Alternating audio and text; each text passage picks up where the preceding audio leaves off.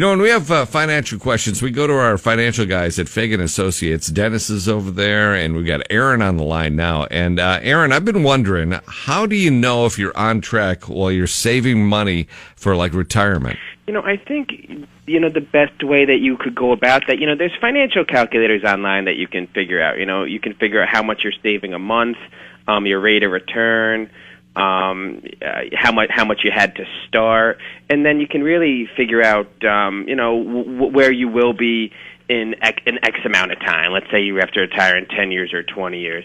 Another good thing that you can do really is, if you work for the state, you work for the government or, a larger corporation, I would go to the HR department or the retirement services and ask them, be like, hey, what will it look like in 10 years if I retire based on how I'm invested right now? Between those two options, it's a little easier than I thought it was going to be.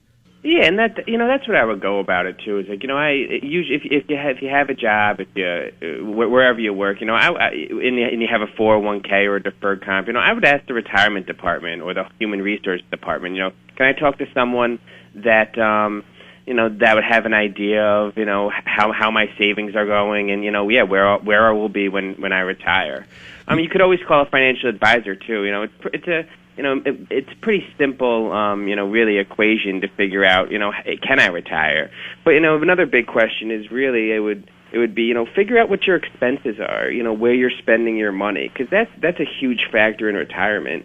If you have to figure out how much you're spending before you can figure out how much you need, really. Too. Yeah, I guess that's the kind of confusing part because it's like, well, I don't know what I'll be doing in 15, 20 years, or what I want to do, or where I want to live, and Yeah. You'll see things where it says, "Oh, you need $1 million." It's kind of scary seeing those kind of numbers. Yeah, and it's different for everyone's personal situation. We always talk about an active retirement versus a passive retirement. The time between retiring and, let's say, 80, you're doing things, you're traveling. But when my grandfather was 80, between 80 and 87 or 88, he was watching tennis, he was watching the Mets, he was watching football. He wasn't spending that much money, really. Oh yeah. So we always kind of differentiate between an active retirement and a passive retirement. We're talking to Aaron at Fagan Associates. Aaron, do you have a calculator you can share with people on calculating their retirement? I have a good one saved.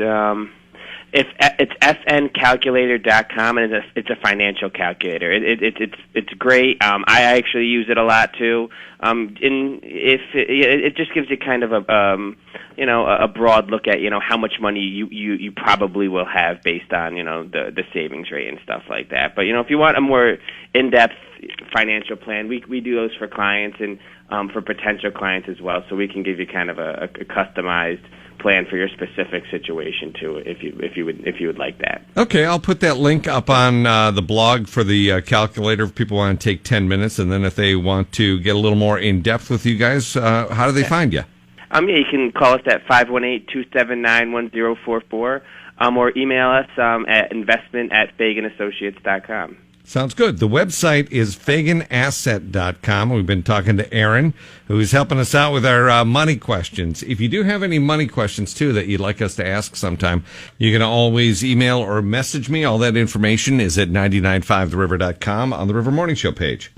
Aaron, I appreciate your time. No problem. Thanks, Randy. That's Aaron from Fagan Associates. You can find out more right now, 995theriver.com on the River Morning Show blog.